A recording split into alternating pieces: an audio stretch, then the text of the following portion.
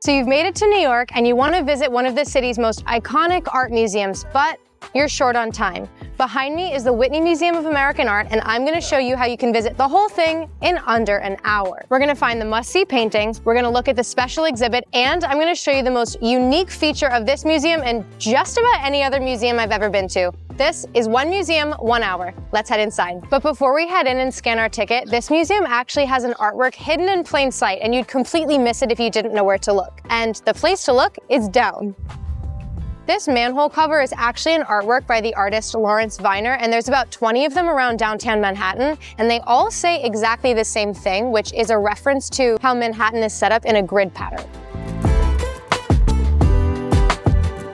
So the Whitney was originally founded in 1930 by sculptor and art collector Gertrude Vanderbilt Whitney, and she originally created the museum to support living American artists who were overlooked by traditional institutions, which the museum still does today. So the Whitney Museum focuses on American artists from the 1900s all the way till today, and in 2015 the museum moved from their Upper East Side location to the building that we're in today to expand their exhibitions. And for the architecture lovers out there, the building was designed by Renzo Piano. So there are two paintings in this whole museum that you cannot miss. And the first is by artist Lee Krasner, and it's called The Seasons. Lee Krasner was part of the abstract expressionism movement in the 1940s and 50s here in New York City. Other famous painters from this time that you might recognize their names are Joan Mitchell, Mark Rothko, and her husband, Jackson Pollock, the paint splatter guy. So this painting is talking about the cycles of life, and you can see that in how kind of swirly and circular a lot of the images in the painting are. And it was painted about a year after her husband passed, so a lot of people think that this was her response and her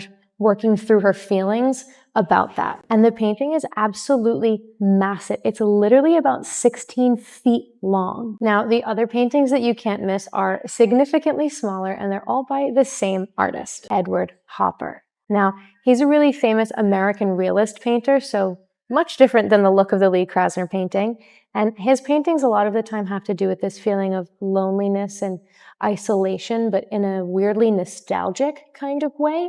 And I think that that's a really common feeling or theme for people that live in a big city, especially New York, have to go through. So having a whole section of a bunch of Hopper paintings all together, I think is very fitting for this museum. Now, all of these paintings are on the 7th floor of the museum, which just so happens to be under refurbishment today, so we weren't able to see them in person. However, if you come after July 5th of this year, 2025, you'll have no issues and they'll all be there for you to see. So let's go check out the special exhibit that's on right now, and I'll show you the coolest feature of this entire museum a little bit later.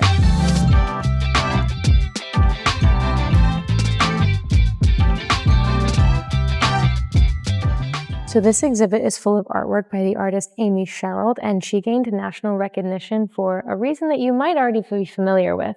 She painted the portrait of Michelle Obama when she became the First Lady, and that painting is in this exhibit. She's known for a very specific portrait style that she created, where she paints everyday regular Americans with the same honor and grace that you typically see in portraits painted of royal families. Amy Sherald considers her work part of American realism, which is a style that most people know Edward Hopper to have been a big name in, but she's kind of taken that style and reimagined it for today. So the Amy Sherald exhibit is only on until August 9th of this year, but what's really cool about the Whitney is that no matter what time of year you come, your entry ticket always includes the special exhibit. Now, I know a lot of museums around the world, like where I'm from in Boston or where I live in London, you have to buy the entry price and then it's a little bit extra to get into the special exhibit, but the Whitney doesn't do that. You pay your entry price and you get to see everything in the entire museums, all the special exhibits, the terraces, the shows, the permanent collection, whatever.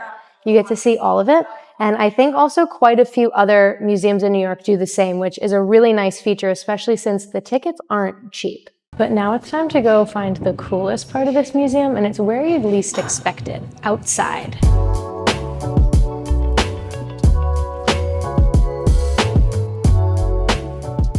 So from the 5th to the 8th floor of this museum, they have outdoor terraces where you can literally walk from gallery to gallery on the outside of the museum. And on days when it's not entirely foggy, you actually have the coolest views of New York. I promise you, take my word for it, the Empire State Building is right there. I'll insert some pictures so you can see that I'm not lying to you.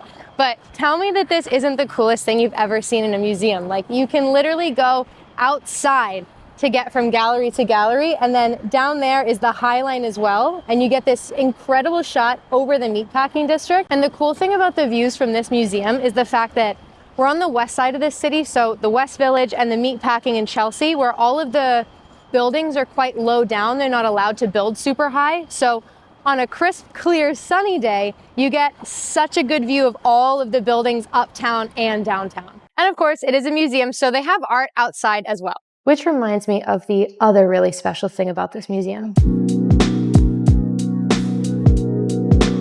Before you went into the museum, I'm sure you noticed this massive staircase. It leads up to the Highline, which is an elevated park that runs for 22 blocks all the way up the side of Manhattan from the meatpacking district to Hudson Yards, and it's made on old railway tracks. So while it's not officially connected to the museum, it's the perfect thing to do after you finish walking around in the museum, and it also has really cool views all the way up. They also have art installations all along it as well, so the perfect thing to do to wrap up if you actually have time after finishing the museum, or since it runs for so long, it's a better, prettier way to go to your next destination. So if you like this video, be sure to like and subscribe and let me know, what museum should I tour next?